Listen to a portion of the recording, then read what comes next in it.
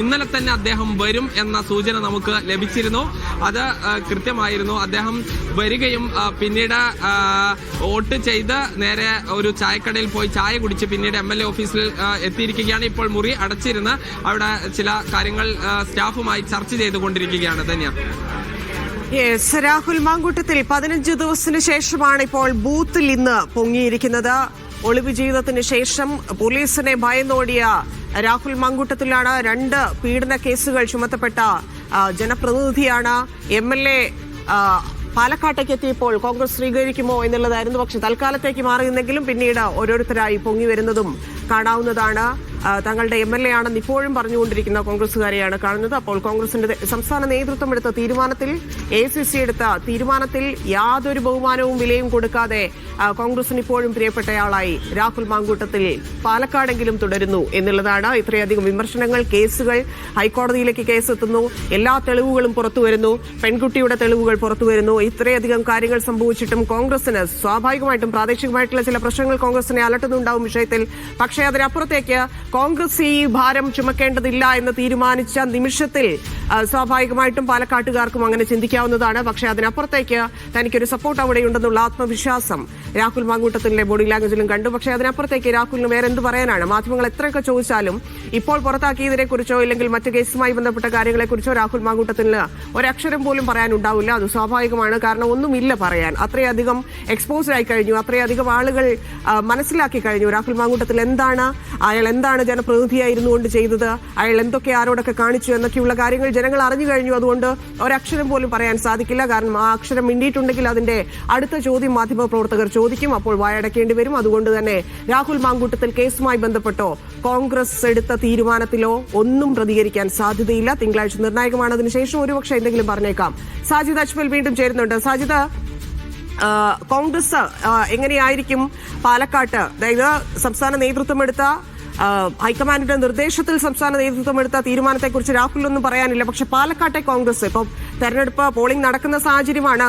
ഇതിനപ്പുറത്തേക്ക് ഇനി കോൺഗ്രസിന് ഒരു രീതിയിലും രാഹുലിനെ സംരക്ഷിക്കേണ്ടതായിട്ടുമില്ല. കാരണം പാർട്ടി തന്നെ പുറത്താക്കിയ സാഹചര്യത്തിൽ. പക്ഷെ എങ്കിൽ പോലും ആളുകളുണ്ട് രാഹുലിനൊപ്പം, അല്ലേ?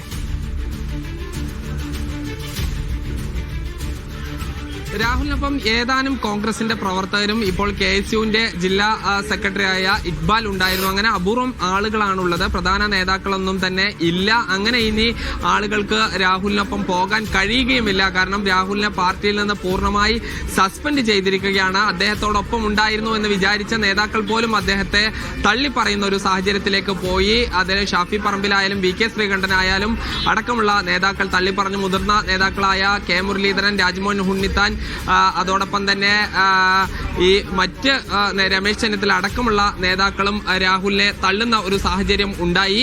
എന്തായാലും 2 ആഴ്ചയ്ക്ക് ശേഷമാണ് അദ്ദേഹം എത്തുന്നത്. വോട്ട് ചെയ്യാൻ രാഹുൽ മാങ്കൂട്ടത്തിലെത്തി. വളരെ പെട്ടെന്ന് ബൂത്തിൽ പ്രത്യേകിച്ച് തിരക്കൊന്നും തന്നെ ഉണ്ടായിരുന്നില്ല. അദ്ദേഹം വോട്ട് ചെയ്തു. വോട്ട് ചെയ്യുന്നതിന് മുൻപ് അദ്ദേഹം പ്രത്യേകിച്ച് ഒന്നും തന്നെ പറഞ്ഞില്ല. അതിനുശേഷം അദ്ദേഹത്തെ 3 സ്ഥലത്തായി മാധ്യമങ്ങൾ കണ്ടു. ആദ്യ സ്ഥലത്ത് വെച്ച് അദ്ദേഹം പറഞ്ഞത് തനിക്ക് പറയാനുള്ളതും തനിക്കെതിരെ പറയാനുള്ളതും കോടതിയിൽ പറയട്ടെ എന്നുള്ളതാണ്. പിന്നീട് അദ്ദേഹം നേരെ പോയത് മെഡിക്കൽ കോളേജിന് സമീപത്തുള്ള ഒരു ഹോട്ടലിലേക്കാണ്. അവിടെ ചായ കുടിക്കുന്ന സമയത്ത് മാധ്യമങ്ങൾ അദ്ദേഹത്തോട് സംസാരിച്ചു.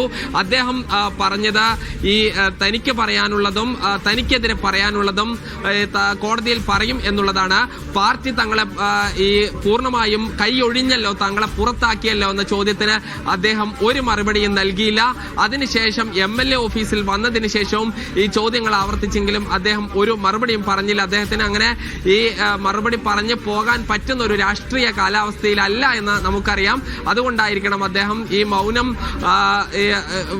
ആണ് നല്ലത് എന്ന് തീരുമാനിച്ചത്. രാഹുൽ മാങ്കൂട്ടത്തിൽ നമുക്കറിയാം ഈ വലിയ വാക്ചാതുര്യമുള്ള വലിയ പ്രഭാഷകനായ ഒരു യുവ നേതാവ് കൂടിയാണ്. യൂത്ത് കോൺഗ്രസിന്റെ സംസ്ഥാന അധ്യക്ഷനായ നേതാവാണ്. മാധ്യമങ്ങളെ എങ്ങനെ കൈകാര്യം ചെയ്യണമെന്ന് അദ്ദേഹത്തിന് അറിയാം. മാധ്യമങ്ങളോട് അത് ചാനൽ ചർച്ചകളാണെങ്കിലും ബൈറ്റ് എടുക്കുമ്പോഴാണെങ്കിലും അദ്ദേഹം കൃത്യമായി മറുപടി പറയുന്ന വ്യക്തിയാണ്. പക്ഷേ അത്രമേൽ മറുപടി പറയാൻ കഴിയാത്ത വിധം പ്രതിരോധത്തിലാണ് അദ്ദേഹത്തിനെതിരെയുള്ള കേസുകൾ.